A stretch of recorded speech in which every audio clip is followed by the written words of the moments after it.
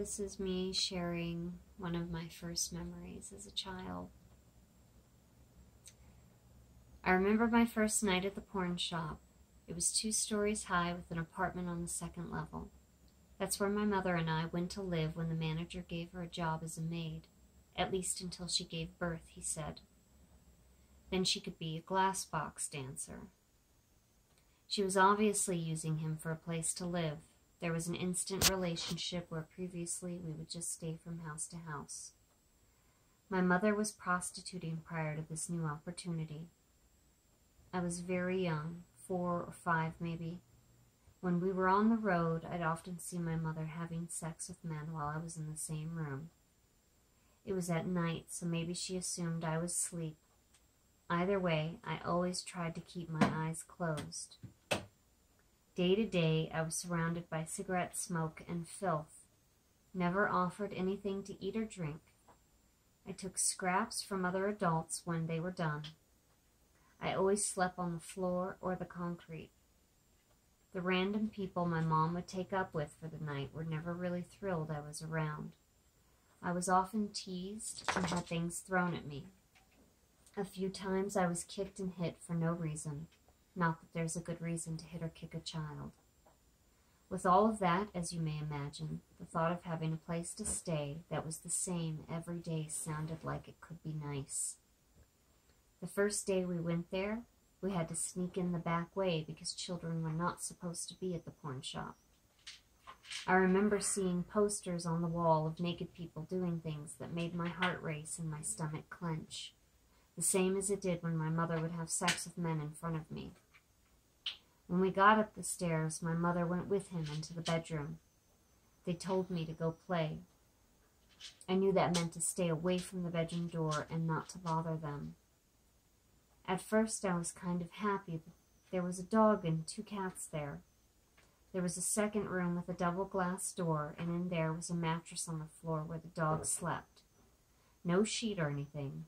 Just a dirty mattress. The dog was a Great Dane, so it needed a human-sized mattress for a bed. This must be the pet's room, I thought. There was dog food bowls and cat food bowls, as well as a litter box. I would pet the dog, who was a bit slow, maybe old, but huge and very sweet. He licked my face when I pet him. It started to get late, and I became hungry. I knew I needed to wait for my mom to come for me or I'd be in big trouble. I fell asleep on the dog's bed next to the Great Dane.